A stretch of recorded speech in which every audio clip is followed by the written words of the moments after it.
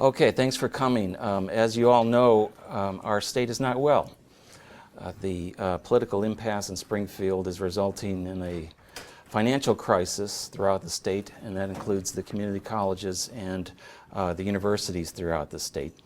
It's a crisis really of uncertainty at this point because we just simply don't know what the full consequences are going to be of what's happening with this budget impasse. So I want to share with you some of those uncertainties and also share with you just initial thoughts that we have about developing contingency plans to deal with various scenarios, best case, worst case, something in between case, and so forth. And also encourage you to give us your suggestions via email, and that'll be an email, I think it's PR, that's for public relations, at icc.com or .edu. And again, just want to get your thoughts on ways we might, first of all, save money, but also perhaps even generate additional revenue. Okay, so let me just go through with you, first of all, the uncertainties that we're facing at this time, beginning with the fact that we have not yet received any payments from the state of Illinois. This is not in itself unusual.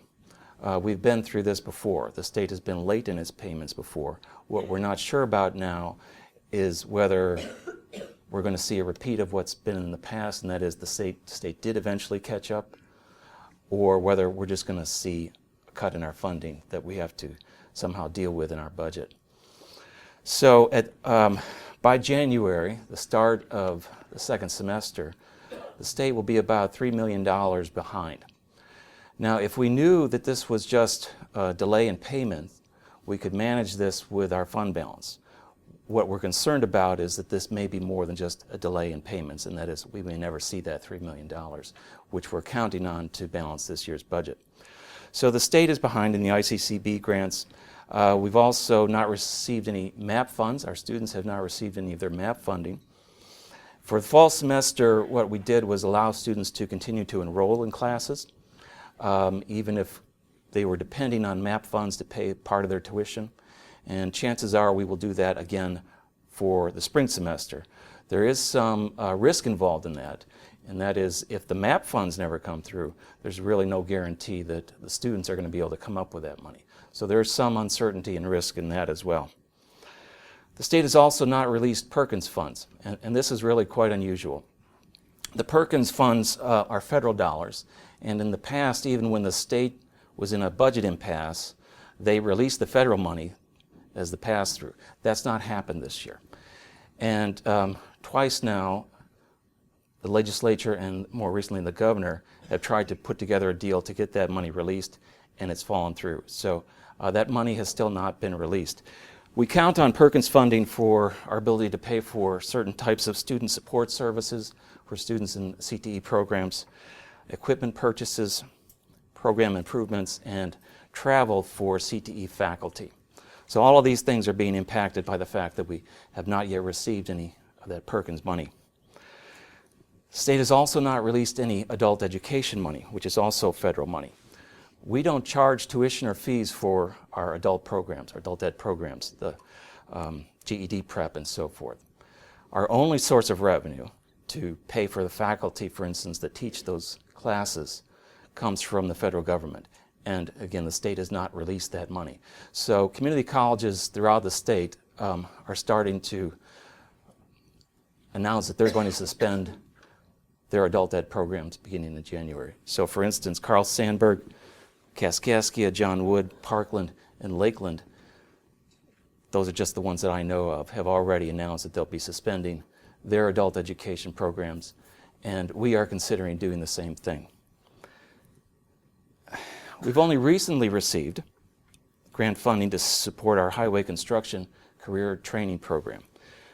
This is a non-credit program, and we did finally get money from the Department of Transportation to see that program through, but the delay did cause a bit of a hiccup. We were planning to start a new cohort this month in November. We're not able to do that, but we do hope to have that back up and running by January.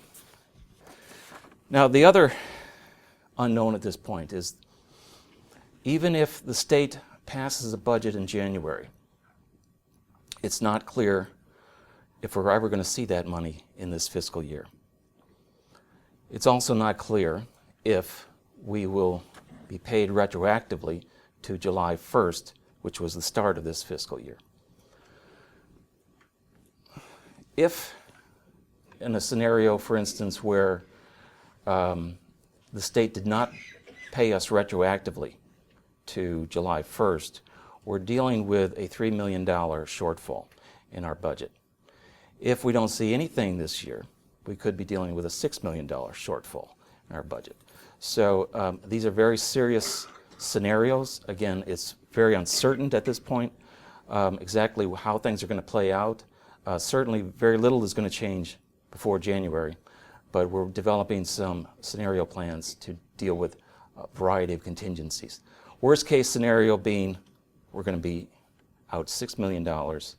Something in between is more likely, and that is $3 million. The best case scenario is we'll be made whole, but really nobody's counting on that at the moment.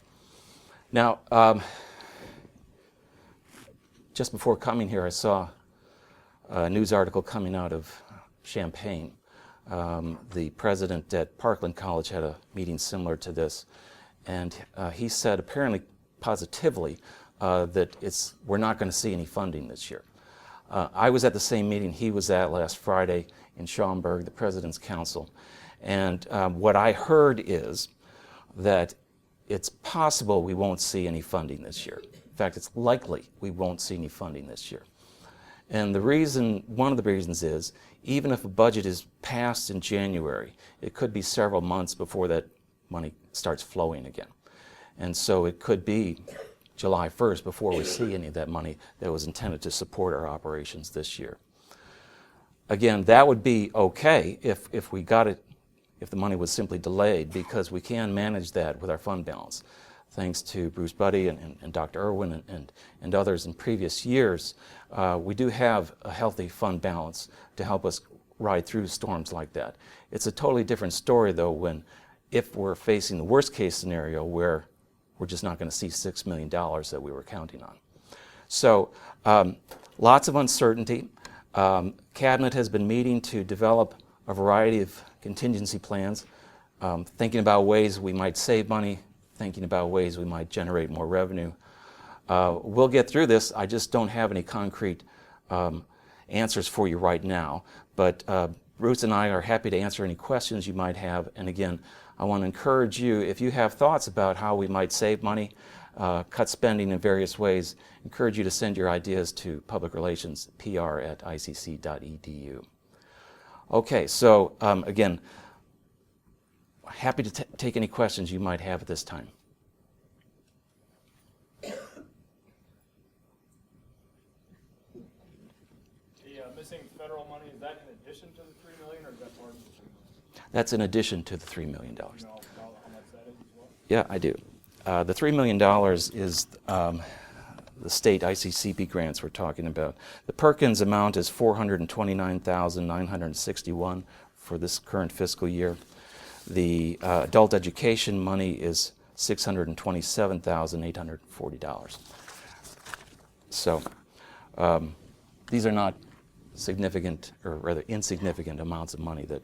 Can you put that in context of the budget as a whole? So is that 10% of the operating budget? Is it 15%? The state money is a little less than 10% of our operating budget. Is that right? Which is, counting our blessings, it could be worse. At one time, you know, when the community colleges were formed, there was this understanding that a third of our funding would come from the state, a third would come from tuition, a third would come from local property taxes. The state has not held up its end of the bargain, and that percentage, 33%, has been decreasing over the years until right now we're below 10%.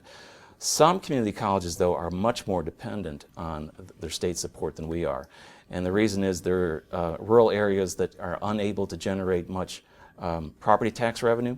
So their percentage of support from the state is more like 35 to 40%. And so when they're not seeing any money from the state, they are really hurting. And so you're seeing, for instance, Kaskaskia and other rural colleges coming out already with their plans because they simply can't ride the storm out. Would you have Bruce explain a little bit about the reserves and fund balances and what that means to us immediately and what that would mean to us in the next fiscal year? We manage, as we always have, we talk, if anybody's listened to me, we talk about fund reserves. And we maintain about $24 million in fund reserves in our operations right now. And what we try to do is maintain a certain amount, obviously for these unlikely events that might occur here, but it also helps create a strong financial position. And that strong financial position puts us in a good position when we go out to issue bonds and debt and indebtedness. We get to access the lowest interest rates. So we're always managing this to a threshold. We try to manage 25% to 50%, a range of fund reserves that we try to maintain each and every year.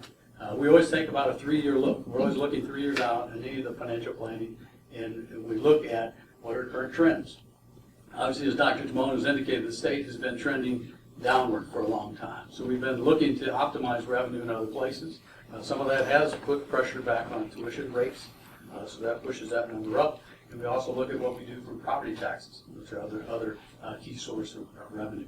But those fund reserves are very, very critical to us in our operation because, again, it shows that we have financial stability and we can weather an event such as this if it was to occur. So we talk about losing $6 million. That starts eating into, we've set a minimum threshold of 25% because in the state, when you talk about the state of funding and other funding, and the other piece that we have that's out there, if you haven't heard, there's property tax legislation to put property tax caps in place.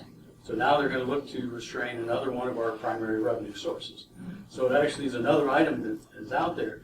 We anticipated this being there. That's why in some cases we might issue some debt for some of our capital projects because this gives us opportunities for long-range financial stability. So we're always, again, looking down the road to maintain our stability even in light of some of these challenges that we face today. So I don't know if that helps. Cheryl? So if we use fund balances to weather this storm, what does that mean for us going forward in the future? Yeah, and in this case, what we try to do is incrementally build those reserves back up. Anytime we typically use reserves, we always talk about using them for reinvestment. So it's much like retained earnings. If you're a corporation or anything else, you're reinvesting those dollars. So we have used fund reserves in the past to put back in for construction, building out at North, infrastructure building that we do here. So those, because they create value for the institution. So theoretically, anytime you're using these fund reserves, you want to use it, it's going to create more value for our organization. In this case, we're taking those dollars out. We may lose that $3 million, maybe up to that $6 million. And we would look to incrementally try to replenish those reserves to put us in a strong position again as we go forward. Bruce, there's often a question. You can forget it. Yeah, absolutely. I think, you know, in this situation, as we try to manage this, if it's a cash flow issue, that's one thing. But if it is a loss of revenue, that's a tougher discussion. And I think that's a tougher discussion really as we get into the next budget cycle, we get into the program planning process.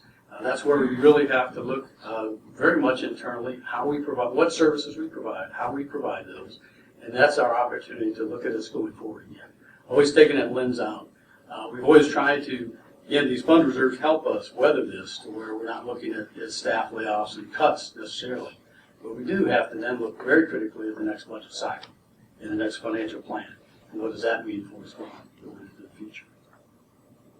And Bruce, you had mentioned the relationship between the fund reserves and bond interest rates. There's often a question about how can you continue the building projects when you're talking about we've got a budget shortfall or something. Explain that. Yeah, and with this, with the dollars, we talk about, well, can we fill those gaps? Why are we building things? Well, we issue the bonds. We've issued some bonding in the past. We did this in incremental rates. We did $20 million a couple years ago to help us with the transition from the downtown buildings, from downtown Peoria to the North Campus. And then we actually have an action in front of the board where we're going to issue another $5 million. Again, trying to optimize the revenue and the resources we have available to us for some of these capital projects, which in effect actually lower our operating costs. What we're doing with the downtown transition is we'll actually be able to lower our operating costs by transitioning from downtown, consolidating at North, create a better situation for our students and better service points, and actually reduce our operating costs by about $500,000 a year. So it's a reinvestment that provides us value back, provides a better campus and location for our students as well, and more comprehensive services. So as we balance these things, we balance the amount of debt that we issue. We're very conservative with the amount of debt that we issue. We have a capacity to issue much, much more. We've been very conservative because, again, we balance that with our fund balance strategy. So we never want too much debt outstanding relative to the amount of fund reserves that we have. And we manage that with what is our bond rating. We actually have, over this time, even when the state has been incrementally removing dollars from us, we've actually strengthened our bond rating, or our credit score, for lack of a better term. So our FICO score, if you will, from a bond rating perspective, is AA+, which is the second highest rating next to AAA. And that's part of the commitment from the trustees, from you guys, how you manage your resources. And it actually puts us in a better position when we have to draw on these resources. Because there will be a discussion that we'll go through with the rating agency again, with this $5 million issue, and they'll ask us a lot of questions. What's that future look like? How are you responding to the future? And what resources do you have to essentially accommodate that going forward and going for long term? So we put ourselves in a good position to kind of work ourselves through this situation. But it is a challenge to try to recover from that. If you lose $3 million, $6 million, it's going to take us many, many years to build those reserves back up to get us to a point where we're in that optimal range here. I can talk about this stuff all the time. Please don't encourage him. Any other questions?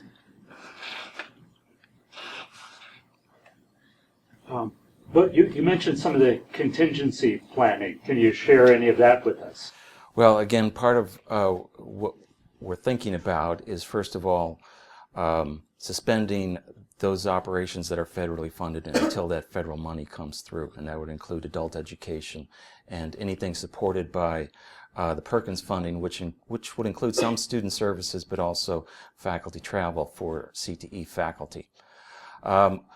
Speaking of travel, that's something that we have to consider as well. This is just simply cutting back on any sorts of discretionary funding, whether that's faculty travel or whether that's food at Celebration of Learning, anything like that, that's going to probably be cut. That's not going to get us to $3 million, however, and so we have to look at lots of different things, and that's why we want to encourage you all to perhaps make some suggestions about what we might do to save money going forward. We're going to, we're going to do our best to minimize the pain, the human pain involved. So we're looking at perhaps cutting back on expenditures on say, new technology, new computers where we normally upgrade every year. Maybe this year we can't do that. That's a pretty big chunk of change, $250,000. We're also probably going to be freezing a lot of new hires, not filling positions until we get stabilized in this budget situation. But again, we're going to do our best not to put that pain on you and your family budgets. Yeah, in times like these, do you notice that private donors donate more or less, or they change at all? I don't know, other than to say the past few months we've seen some pretty sizable donations still coming into ICC, and so we're pleased with that. For instance, as Bruce mentioned, we're continuing with the Student Center at the North Campus. The library, Sid and Flo Banworth, have donated $250,000 recently to that effort, and that will end with a naming opportunity for them. We also saw a pretty big donation from Pekin Insurance this year. We also had two big student scholarships, and so we're still seeing some support from the community, which is a wonderful thing. None of that, however, goes to our operational budget.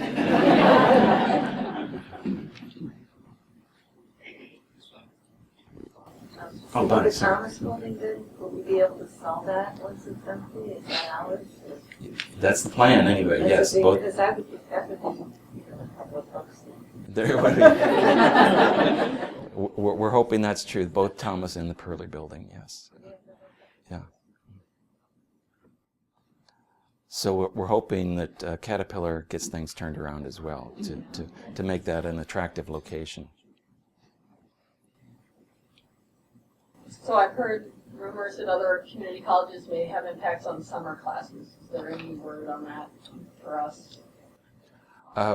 We've not considered that.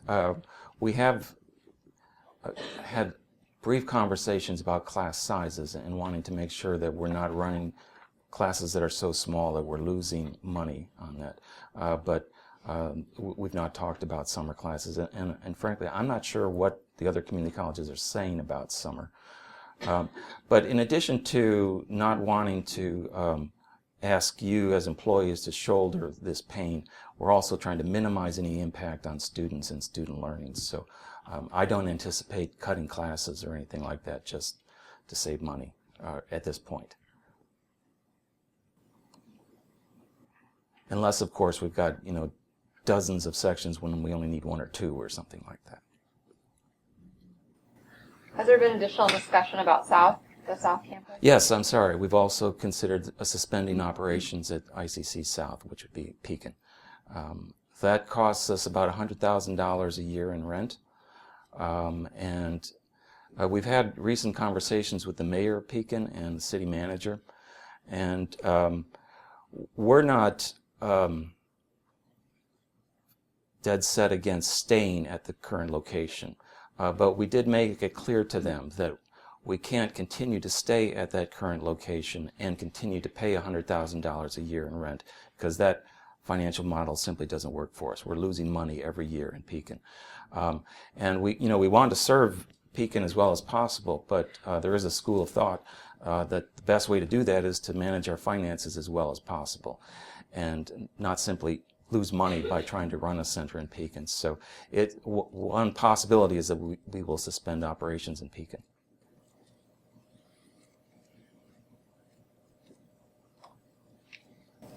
You said it was $3 to $6 million from the state. How is it that they can just remove themselves from that obligation legally and have no recourse to being able to claim that money?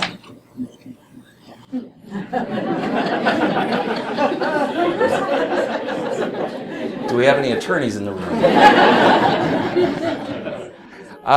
What they might say is, we're going to fulfill our obligations, but the money you were expecting this year, it's not going to come till next year. And that money you were expecting next year is not going to come to the year after that. And so you go a whole year without seeing any revenue, but they're still fulfilling their obligations. They're just late in their payments. Yeah.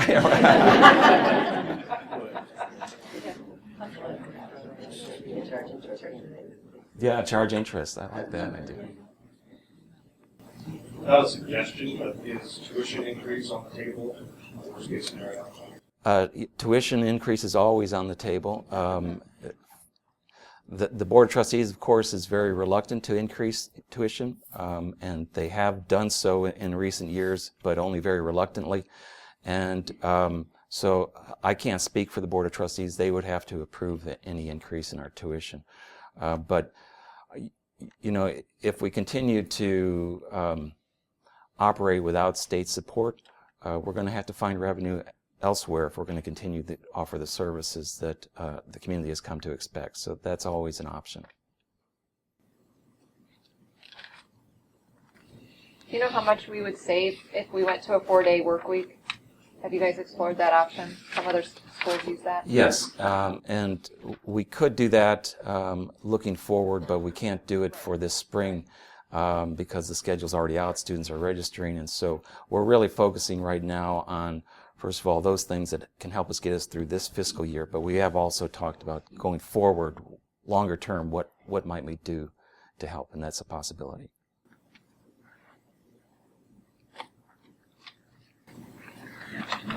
So commitments that have already been made, for instance, for faculty travel or other professional development, is that's now on the table, or it's still committed?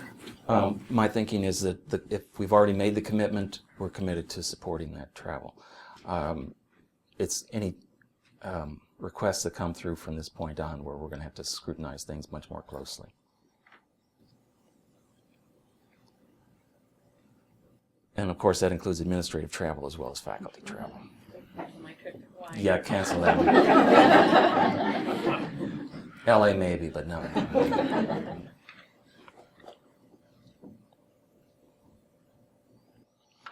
Well, judging from the turnout, you're all very concerned about this, and I think it is appropriate that you are concerned. But again, we just don't know how things are going to unfold at this point. It's all very uncertain. We should have a better idea by January. And hopefully by January, we will also see that federal money come through so that we don't have to suspend the operations of our adult education program and suspend any funding that comes through Perkins. But again, in terms of money from the state, I don't anticipate hearing anything concrete until at least January. So it's just living with uncertainty for a while now. Thanks for joining us. Thank you. Thank you.